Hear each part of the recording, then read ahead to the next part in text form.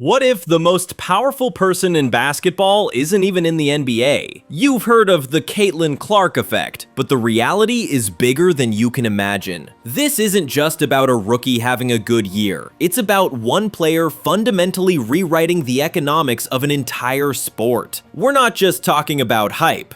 We're talking about numbers, and these numbers tell a story of a revolution that goes far beyond the court. First, you have to understand the player. Caitlin Clark didn't just play college basketball, she reinvented it. At Iowa, she became a walking highlight reel. Famous for her logo threes, razor-sharp assists, and a mind for the game that always kept her 2 steps ahead of the defense. She didn't just break records, she obliterated them, becoming the all-time leading scorer in NCAA Division I history for both men and women. She was a 2-time National Player of the Year who dragged her team to back-to-back national championship games. An immersion game in a football stadium pulled in over 55,000 fans, setting a world record for women's basketball attendance. So when the Indiana Fever drafted her first overall in 2024, the expectations were through the roof. But nobody, not the league, not the networks, not the sponsors, was truly ready for what came next. In her rookie season alone, she's been so dominant that she is the surefire favorite for Rookie of the Year, a leading candidate for the All-WNBA first team, and she's already shattered league records for assists in a season. This on-court brilliance is the foundation, but what's happening off the court is the revolution. The numbers swirling around Caitlin Clark are so wild they almost feel fake. This isn't a gradual change, it's a vertical explosion. Let's start with the ratings boom. Before Clark, a big-time WNBA game might get 500,000 viewers. Her arrival completely changed the scale. The 2024 WNBA draft, starring her, pulled in a record 2.45 million viewers, quadrupling the previous high. Her debut game was the most watched WNBA game in over 20 years, and the league's average viewership is hitting highs not seen in decades. But here's the most telling stat. When Clark is on the court, viewership goes through the roof. When she's off, a huge part of that audience just vanishes. Individual Indiana Fever games have seen viewership drop by nearly 50% when she's been sidelined. Think about that. No other single player has that kind of immediate, measurable impact on their league's audience. That's not just influence, that's power. This isn't just the TV phenomenon, it's a tidal wave at the ticket gates. Before Clark, the Indiana Fever averaged about 4,000 fans a game. With her, their attendance has skyrocketed to nearly 17,000 per game, both home and away. In 2024, the Fever played in front of more fans than any team in WNBA history. It's not just home games. Teams are literally moving their games against the Fever to massive NBA arenas just to handle the demand. And when she had to miss a few games with an injury, ticket prices on the secondary market for those games cratered by over 70%.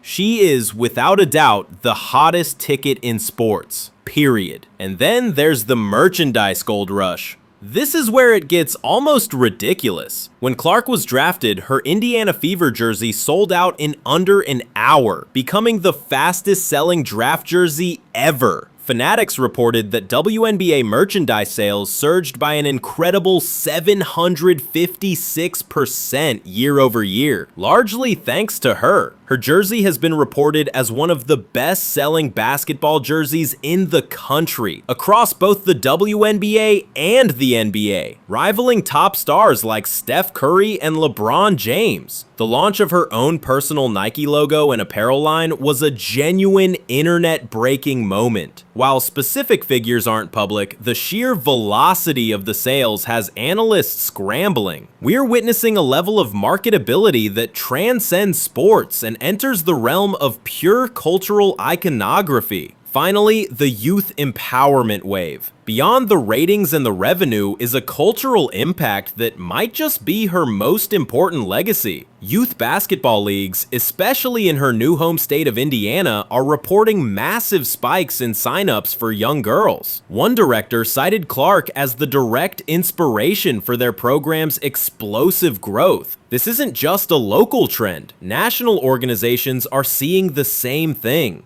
Experts are already comparing it to the Mia Hamm effect from the 90s, where one superstar athlete inspired an entire generation to start playing. Clark's confidence and her electrifying style are showing millions of young girls what's possible, proving that women's sports can and should command the main stage. But a rise this big, this fast, never happens without a little turbulence. The Caitlin Clark effect has a much more complex side. The backlash. From the second she stepped onto a WNBA court, she became a target, both on the court and in the headlines. The conversation has been dominated by debates over the hard fouls and aggressive physicality she faces every game. Plays like the now infamous hip check from Kennedy Carter went viral and started a firestorm. Was it just a welcome to the league rookie moment, or something more? League veterans and analysts point out that whenever a new talent comes in and challenges the established order, there's bound to be friction. Some have framed it as jealousy over the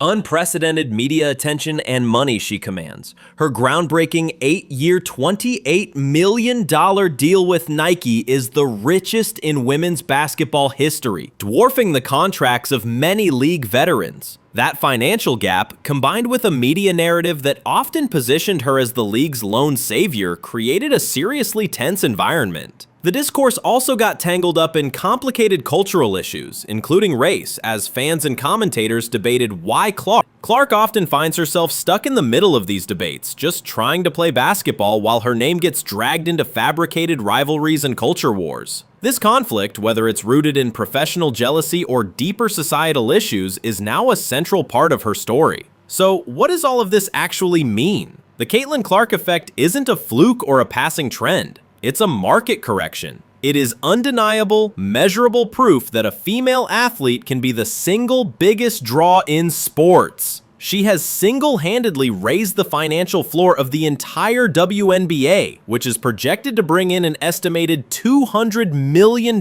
in revenue. Viewership is up, attendance records are shattered, merchandise sales are rewriting the rules. More importantly, she's proving a business model that leagues and sponsors can't afford to ignore any longer. When you invest in women's sports and actually market its stars, the audience will show up. The global women's sports industry is projected to generate over $1 billion for the first time, a sign of a massive shift in the market. The backlash and controversy aren't a sign of failure, they're a symptom of a paradigm shift. Disruption is never comfortable. It challenges the old guard and forces a new reality. Caitlin Clark is that disruption. Her career is just getting started, but her impact is already cemented. She has forced the world to pay attention, not just to her, but to all of women's basketball. The wave she started is going to lift every boat, from player salaries and media deals to the opportunities for the next generation of girls picking up a basketball because they saw her play. The Caitlin Clark effect isn't just bigger than you think. It's the new reality. The debate is going to keep raging, but the numbers don't lie. Is Caitlin Clark the most game-changing rookie in the history of pro sports?